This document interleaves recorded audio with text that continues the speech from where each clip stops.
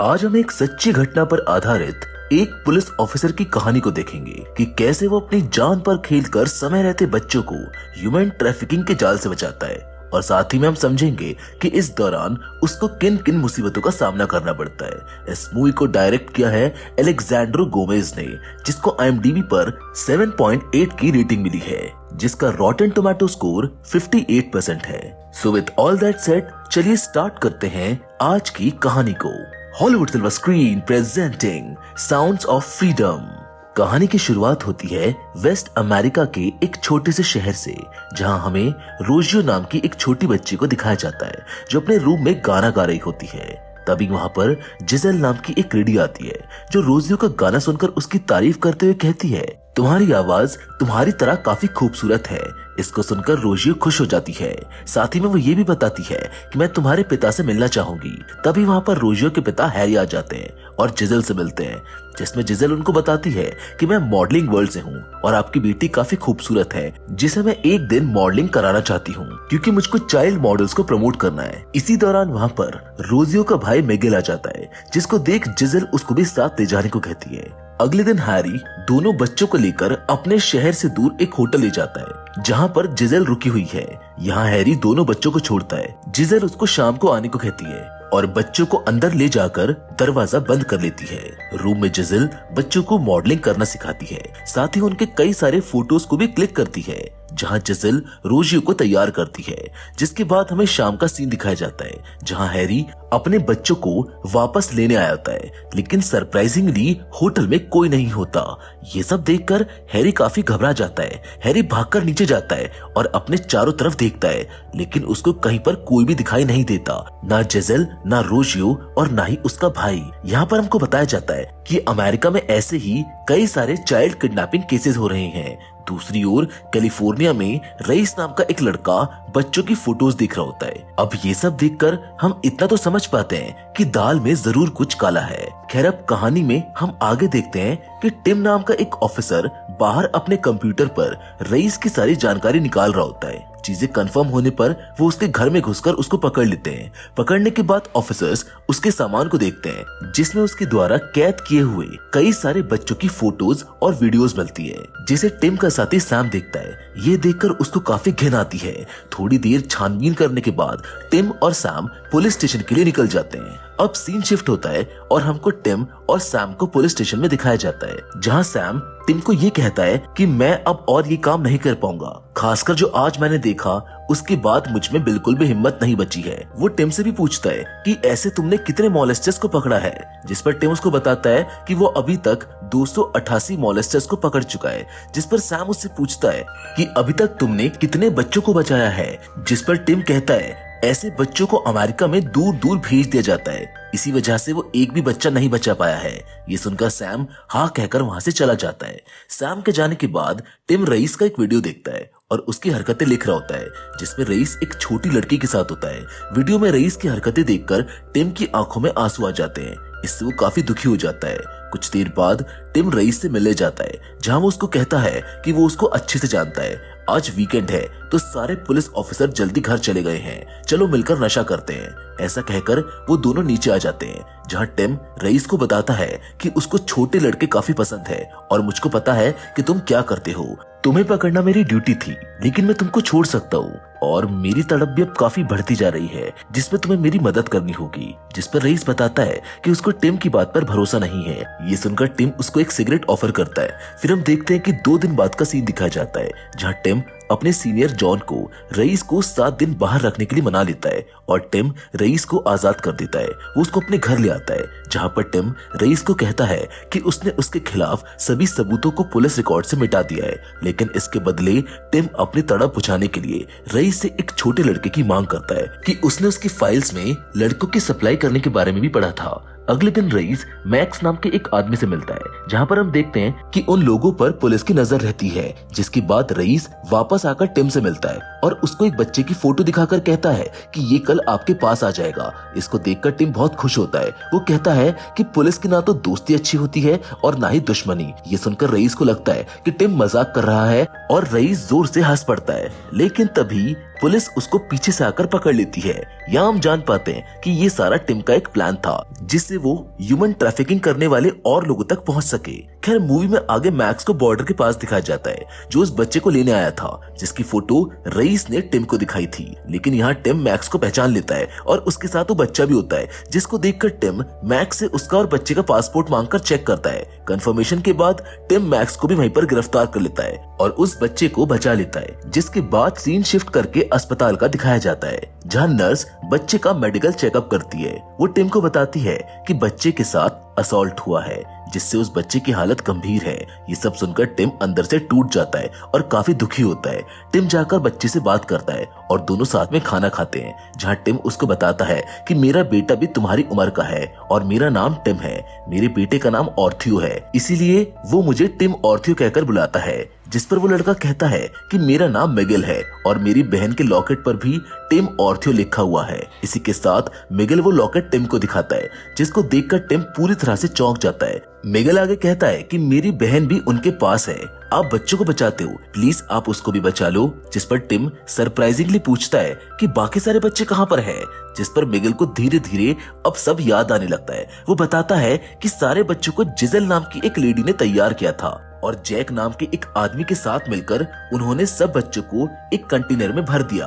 यहाँ पर हम समझ पाते हैं कि जिजेल जो शुरुआत में अपने आप को फैशन डिजाइनर के नाम से इंट्रोड्यूस करती है वो सब एक झूठ था। ये सब बच्चों को और उनकी फैमिलीज को बहला फुसला के पैसों का लालच देकर बच्चों को अगवा करने का इनका तरीका था। लिटरली ये बहुत वियर्ड वर्ल्ड है। खैर कंटेनर में भरने के कारण मिगेल काफी डर जाता है। ये देख उसकी बहन रोशियो उसको एक लॉकेट दे देती है और उसको बताती है कि ये लॉकेट उसे उसके पिता ने दिया था जिसके रहते तुमको कुछ नहीं होगा। इसी दौरान जैक और मैक्स आते हैं जो सभी बच्चों में से मिगेल को चुनता है और उसको खरीद लेता है। मैक्स जैक को पैसे देकर वहाँ से मिगेल को लेकर चला जाता है। अब सीन बदलता है और मैक्स का घर दिखाया जाता है जहाँ मैक्स मिगेल को खाना खिलाता है और कहता है कि मैं तुमको खाना भी दूंगा और रहना भी दूंगा, जिसके बदले तुम्हें मेरे लिए काम करना पड़ेगा। पर आगे धमकाते हुए मैक्स मिगेल से ये भी कहता है कि अगर वो ऐसा नहीं करता है या फिर यहाँ से भागने की कोशिश करता है तो वो उसकी बहन को मार डालेगा। अपनी बहन को बचाने के लिए मिगेल मैक्स की बात को मान जाता है, जिसमें हम देखते हैं कि मैक्स मिगेल को क्लब्स में काफी लोगों के पास रात भर के लिए अकेला छोड़ देता है और ये सब बताते हुए मिगेल बेचारा उदास हो जाता है। तभी टिम उसके लिए खाना लेकर आता है और उसको कहता है कि मैं तुम्हारी बहन को बचाने की कोशिश जरूर करूंगा। अगले दिन टिम मिगेल को उसके पिता के पास ले जाता है जहाँ वो दोनों मिलकर बहुत खुश होते हैं, जिसको देखकर हम समझ पाते हैं कि ऐसे बिछड़ना पेरेंट्स और बच्चों दोनों के लिए ही काफी दुखद होता है। लेकिन दिल को खुश करने वाले मिलन को देखकर टिम भी खुश होता है। थोड़ी देर बाद हैरी टिम से बात करता है। वो कहता है कि क्या तुम मेरी बेटी रोशियो को नहीं बचा सकते हो? जिस पर टिम जवाब देते हुए कहता है कि ये बेहद ही मुश्किल है। ये सुनकर एक बाप का दिल टूट जाता है और हैरी फूट फूट कर रोने लगता है। वो टिम को ये भी बताता है कि आज भी उसके घर में उसकी बेटी का बेडरूम खाली है। ये सोच सोच कर वो सो नहीं पाता। ये सब सुनकर टिम भी काफी उदास हो जाता है। अब एक बार फिर से सीन बदलता है और हम देखते हैं टिम अपनी वाइफ से बात कर रहा होता है, जिस पर उसकी वाइफ उसे उनकी मदद करने को कहती है। इस बात पर टिम भी मान जाता है। हैरी के जाने के बाद मिगेल अपना लॉकेट टिम को दे देता है और उसको गले लगाकर अलविदा कहता है, जिसके बाद हैरी और मिगेल वहाँ से अपने घर के लिए निकल जाते हैं। अब बच्चों को इन हालातों में देखकर गुस्साया टिम मैक्स को धमकी देते हुए कहता है कि वो उसको यहाँ के सबसे गंदी जेल में रखेगा जहाँ तुम्हारे साथ इससे भी बुरी चीजें हो सकती हैं, और अगर वो इन सबसे बचना चाहता है तो मुझे अपने सप्लायर की जानकारी दे। जिस पर मैक्स डर जाता है और उसकी सहायता से जिजेल का स्केच मिल जाता है। टिम इसके बारे में होंडुरा शहर में बात करता है, जिसके बाद अब हम अंधेरे कमरे में रोजियो को देखते हैं जहां एक बूढ़ा व्यक्ति उसके साथ गलत हरकत कर रहा था। इन सब के कारण रोजियो की हालत बहुत बिगड़ चुकी थी। जबकि दूसरी ओर जॉन और टिम बात कर रहे होते हैं, जहां जॉन टिम से कहता है कि हम अपने शहर के केसेस पर काम कर सकते हैं जो कि बहुत ज्यादा है। तुमने एक बच्चे को तो बचा लिया है, दूसरे शहर जाके बाकी बच्चों को बचाने में काफी मुश्किल हो सकती है। जिसके जवाब में टिम कहता है कि वो यही करना चाहता है। अब उसको भी रातों को नींद नहीं आती और वो लड़की रोज उसके सपने में आती है। जिस पर जॉन कहता है कि मैं तुमको ज्यादा समय और पैसा नहीं दे सकता हूँ, लेकिन मैं तुम्हें 1 हफ्ते का समय दे सकता हूँ इस मिशन को पूरा करने के लिए। इसीलिए अगले ही दिन टिम होंडुरा शहर जाकर मूचो नाम के एक पुलिस ऑफिसर से मिलता है, जहां से वो दोनों एक क्लब में जाकर पैब्लो से मिलते हैं, जिसके बारे में मूचो बताता है पैब्लो पहले ड्रग कार्टेल का मेंबर हुआ करता था, लेकिन बाद में ह्यूमन ट्रैफिकिंग में फंसे बच्चों को बचाने में पुलिस की मदद करता है। और पैब्लो एक काफी अच्छा इंसान है, जिसमें पैब्लो उनको बताता है कि उस लड़की का नाम जिजल है, जो पहले मॉडल हुआ करती थी और अब वो बच्चों को बेचकर थाईलैंड जैसे देशों में भेज देती है। आगे मूचो ये भी बताता है कि जिजल का रिकॉर्ड पूरी तरह से क्लीन है, जैसे हार्पिक से साफ किया हो। जिजल का काम उसके बाकी के लोग किया करते थे और वो ऐसे ही किसी से नहीं मिलती है।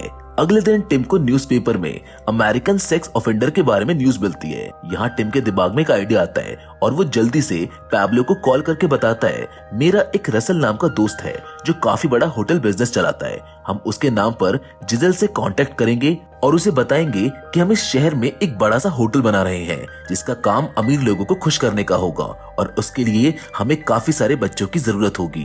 पैब्लो को भी ये आइडिया काफी पसंद आता है। अब सीन बदलता है और हमको एक सुंदर सा होटल दिखाया जाता है। वहाँ पर पैब्लो अमीगो नाम के जिजल के एक आदमी को लाता है। तभी टिम आता है और अमीगो को बताता है कि यहाँ पर हम करोड़ों डॉलर्स का एक होटल बनाने जा रहे हैं, जिस पर अमीगो पूछता है कि शुरुआत में कितने बच्चे चाहिए। जवाब में टिम बताता है कि कम से कम 50। ये सुनकर अमीगो हंसने लगता है। ये देख टिम कहता है कि अगर तुम्हारे बस की नहीं है तो बताओ, हम किसी दूसरे को बुला लेंगे। ये सब सुनकर अमीगो वहाँ से चला जाता है। जाकर वो अपनी टीम से मिलता है, जहाँ जिजल जैक के साथ और भी लोग होते हैं। अमीगो को ट्रैक करके पुलिस उन सब पर नजर रखने लगती है। अब यहाँ कहानी में एक हफ्ते का समय पूरा हो चुका है, जिस वजह से जॉन कॉल करके टिम को बताता है उसने उसको एक हफ्ते का समय दिया, जिसमें वो पूरी तरह से फेल हुआ। साथ ही जॉन टिम को वापस आने के लिए कहता है, पर टिम जवाब देता है कि अभी भी उनके पास वो लड़की है जिसको उसको बचाना है। लेकिन जॉन अब उसकी एक नहीं सुनता और उसको वापस आने के लिए बोलता है। इस बारे में टिम पैब्लो से बात करता है। इन सब से वो काफी दुखी होता है और तभी वो पैब्लो से पूछता है कि तुम मेरी मदद क्यों कर रहे हो। पैब्लो जवाब देते हुए कहता है, पहले वो ड्रग कार्टेल में काम किया करता था। वहाँ पर एक बहुत बड़ी डील आई थी, जिसकी खुशी में हम सब क्लब में पार्टी करने गए थे। वहाँ मुझको एक 25 साल की लड़की पसंद आ गई। उसको पैसे देकर मैं अपने होटल रूम में ले गया, जहाँ मैंने देखा उसके पैर काफी छोटे थे। ये देखकर मुझको शक हुआ। जब मैंने उसकी उम्र पूछी तब उसने मुझे अपनी उम्र 14 साल बताई और जब वो 6 साल की थी तब से ये काम कर रही थी। ये सब देखकर मेरी रूह कांप गई। पैब्लो की आवाज में हम उस दुख को समझ पाते हैं जो वो बताना चाह रहा था। साथ ही में वो ये भी बताता है कि वो खुद को एक शैतान समझने लग गया था। ये सब सोचकर पैब्लो अपने मन में कसम लेता है कि अगर उसने एक भी बच्चे को बचा लिया तो भगवान उसे उसके पापों के लिए माफ कर देगा। ये सुनकर टिम भी रोने लगता है।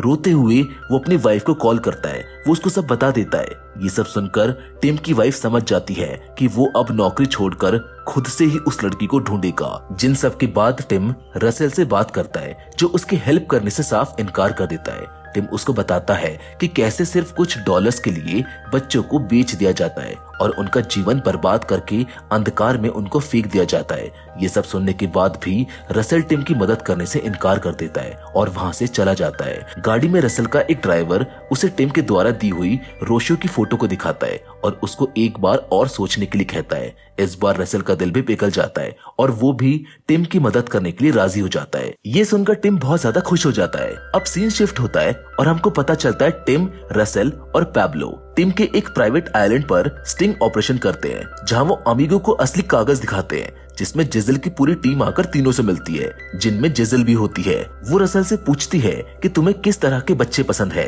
रसेल जवाब देता है और कहता है कि ये तो मूड पर डिपेंड करता है। तभी टिम जिजल के पास जाता है और उससे कहता है कि शुरुआत में मुझको 50 बच्चे चाहिए और जिजल मान जाती है। जिधर आगे हम देखते हैं कि उस आइलैंड पर स्टिंग ऑपरेशन की तैयारी चल रही होती है। ऑफिसर आइलैंड पर चारों तरफ छुपे हुए थे। टिम देखता है कि वो लोग कम बच्चे लाए हैं। आइलैंड पर सिर्फ 20 बच्चे हैं। जिजल और उसके लोग आते हैं। टिम पूछता है बाकी बच्चे कहाँ पर है, जिस पर जिजल जवाब देते हुए कहती है कि वो पीछे आ रहे हैं। ये कहते हुए जिजल और उसके लोग आगे बढ़ते हुए होटल में आ जाते हैं, जिसमें उन लोगों को पैसे दिए जाते हैं। इधर बाकी पुलिस ऑफिसर दूसरी बोट में बच्चों को आता देखते हैं। पुलिस सतर्क हो जाती है और होटल में आकर सबको अरेस्ट कर लेती है। थोड़ी देर बाद वहां से जिज़ल और उसकी टीम को निकाला जाता है। ऑफिसर आकर टिम को बताते हैं कि यहाँ पर 54 बच्चे आए हुए हैं, लेकिन रोजियो उनमें नहीं है। ये सुनकर टिम काफी परेशान और दुखी हो जाता है। उधर पैब्लो और रसल बाकी के बच्चों से आकर मिलते हैं, जो एक साथ मिलकर गाना गाते हैं, जिसको पैब्लो साउंड ऑफ फ्रीडम यानी कि आजादी की आवाज कहता है, जो कि इस फिल्म का टाइटल भी है। लेकिन टिम अभी भी बेहद परेशान और दुखी होता है, क्योंकि इन बच्चों में रोजियो कहीं नहीं थी। ये बात जब हैरी को पता चलती है, तब वो रोजियो के बेडरूम में आकर रोने लगता है। तभी मिगल आता है और हैरी को संभालता है। अगले दिन मूको जैक से बात करता है और उसे बताता है कि तुम्हारे एक साथी को मार दिया गया है। अगर तुमने हमारी बात नहीं मानी तो तुम्हारा भी यही हाल होगा। मुझको यहाँ तुमसे रोजियो के बारे में जानना है। जिस पर डरकर जैक बोलता है कि उसने रोजियो को जंगल में रहने वाले रेबल्स को बेच दिया है। ये बात टिम भी सुनता है, जिस पर म्यूको उसे बताता है कि नदी के उस पार जंगल में रेबल्स यानी कि डाकू रहते हैं। रोजियो इस जंगल में कहीं भी हो सकती है। उस इलाके में ना पुलिस और ना आर्मी, कोई भी नहीं जा सकता, और जो एक बार वहां गया वो कभी वापस नहीं आया। रोशियो की भी वहां जिंदा होने की उम्मीद ना के बराबर है। ये सुनकर टिम दुखी हो जाता है और ये हम उसके चेहरे पर साफ देख सकते हैं। इन सब हालातों के बाद भी टिम जाने की कहता है। ये सुनकर पास ही बैठा पैब्लो पूछता है, क्या रेबल्स बीमार नहीं पड़ते और उनको दवाई सरकार देती है क्या? ये सुनकर टिम खुशी से पैब्लो का हाथ पकड़ लेता है। आगे हमें दिखाया जाता है वो लोग नकली डॉक्टर बनकर अपनी ट्रेनिंग और सामान लेते हैं। एक हफ्ते की पूरी तैयारी के बाद तीनों नदी के किनारे पर आते हैं, जहां म्यूको उनसे कहता है कि तुम्हारे कपड़ों में ट्रैकर लगा दिया है, कुछ भी जरूरत होगी तो हम आ जाएंगे, वरना मैं तुमको यहीं पर मिलूंगा। आगे अलविदा कहकर टिम और पैब्लो एक बोट में बैठकर चले जाते हैं। जंगल में थोड़ी दूर जाने के बाद गोली चलाते हुए रेबल्स उनके पास आते हैं और उनके पूछने पर पैब्लो उनको बताता है कि हम डॉक्टर्स हैं और एक वायरस की जांच के लिए सरकार ने हमें भेजा है। इस पर रेबल्स उनकी बोट की तलाशी लेते हैं, जहां पर उनको सिर्फ दवाइयां ही मिलती है। बोट देखने के बाद रेबल्स बताते हैं कि यहाँ से आगे सिर्फ कोई एक ही जाएगा, जिस पर टिम जाने के लिए राजी हो जाता है। टिम का सामान टिम को अपनी बोट में लेकर रेबल्स आगे चले जाते हैं। एक लंबे सफर के बाद वो लोग किनारे पर पहुंचते हैं, जहां और भी कई सारे रेबल्स होते हैं, और वो लोग धीरे धीरे जंगल से पार होते हुए कबीले के पास पहुंचते हैं। इस दौरान टिम रोशियो को ही खोज रहा होता है, लेकिन वो उसको कहीं दिखाई नहीं देती। अब यहाँ टिम को कबीले का सरदार मिलता है, जिससे मिलकर टिम बताता है कि शहर में एक खतरनाक वायरस फैला है और मुझे सरकार ने यहाँ जांच के लिए भेजा है। साथ ही अगर किसी की तबीयत खराब है तो उसको साथ में ले जाने का ऑर्डर है। लेकिन भड़क कर बॉस ऑर्डर पेपर को जला देता है। वो कहता है कि अगर किसी की तबीयत खराब है तो मेरे पास लाना। ये कहकर वो वहाँ से चला जाता है। टिम आगे बढ़ता है, बाकी लड़कियों को भी देखता है। तभी उसको अचानक वहाँ पर रोजियो दिख जाती है, जिसको देखकर वो मन ही मन काफी खुश होता है। चेकअप करने के बहाने वो रोजियो से मिलकर उसको बताता है कि वो यहाँ पर उसकी हेल्प करने आया है, इसीलिए रात को तुम्हें मुझसे मिलना होगा। वहीं पर बॉस आ जाता है और पूछता है कि क्या ये लड़की बीमार है, जिस पर टिम मना कर देता है। बॉस उससे कहता है मेरे साथ चलो, तुम्हें मेरे लड़कों को भी चेक करना है। टिम आगे बढ़ता है और धीरे धीरे रात होती है। रात में टिम रोशियो को खोज लेता है और उसको उठाता है। ये सब अचानक देख रोशियो डर के चिल्लाती है, जिसे टिम शांत कराता है। आवाज सुनकर बॉस वहाँ पर आ जाता है और चिल्लाने की वजह पूछता है, जिस पर रोशियो झूठ बोल देती है और कहती है कि उसने एक बुरा सपना देखा। यहाँ पर बॉस रोशियो का फायदा उठाने की कोशिश करता है, लेकिन ये सब देखकर टिम को बहुत ज्यादा गुस्सा आ जाता है और वो उसको वहीं पर मार डालता है। अब टिम रोजियो को लेकर नदी के रास्ते घर के लिए निकलता है। थोड़ी दूर जाने के बाद उनकी आवाज रेबल्स को सुनाई दी जाती है। वो भी इनका पीछा चालू कर देते हैं। टिम बोट को तेज भगाकर म्यूको और रसल के पास पहुंचता है और वो चारों वहां से एकदम तेज स्पीड में कार में भागने लगते हैं। पीछे से रेबल्स उन पर गोली चलाते हैं, लेकिन ये अपनी गाड़ी तेज भगाकर वहां से बच निकलते हैं, जहां पर टिम रोजियो को टिम ऑर्थ्यू वाला लॉकेट देता है। वो बताता है कि मिगेल भी सेफ है। अगले दिन रोजियो की आंख अस्पताल में खुलती है, जहां उसके साथ टिम भी होता है। तभी वहां पर हैरी और मिगेल भी आ जाते हैं, जिनको देखकर रोजियो बेहद उदास होती है। 2 दिन बाद रोजियो अपने पिता के साथ अपने घर वापस चली जाती है। रोजियो अपने बेडरूम में अपना ड्रम बजाकर गाने गाने लगती है, जो सीन हमें शुरुआत में दिखाया गया था, जिसके साथ ये फिल्म यहीं पर खत्म हो जाती है। इसके बाद हमें टिम का असली चेहरा दिखाया जाता है और हमको पता चलता है कि उसने म्यूको के साथ मिलकर कोलंबिया में भी बच्चों को बचाया होता है। साथ ही में हमें रियल फोटोज और वीडियोस भी दिखाई जाती है जिसमें हम आइलैंड पर और भी बच्चों को देख सकते हैं। और तो और इस कहानी में हम समझ पाते हैं कि बिछड़ना सबके लिए बहुत दुखदायी होता है, लेकिन यहाँ पर एक बहुत जरूरी बात है जो सभी पेरेंट्स को समझनी चाहिए कि थोड़े पैसों के लिए बिना किसी के बारे में जाने हमें यूं ही अपने बच्चों को किसी के हवाले नहीं करना चाहिए। और रही बात चाइल्ड अब्यूज और चाइल्ड ट्रैफिकिंग की, तो ये एक जघन्य अपराध है जिसकी माफी शायद किसी भी लॉ में नहीं है। वेल, आपकी इस पर क्या राय है, आप हमको कमेंट करके जरूर बताइएगा। बाकी अगर आपको ये वीडियो अच्छी लगी हो तो प्लीज इसको लाइक और चैनल को सब्सक्राइब जरूर करना। So it's time to wrap our video, लेकिन हम फिर से जरूर मिलेंगे और वो भी एक और नई इंटरेस्टिंग कहानी के साथ। लेकिन तब तक के लिए धन्यवाद।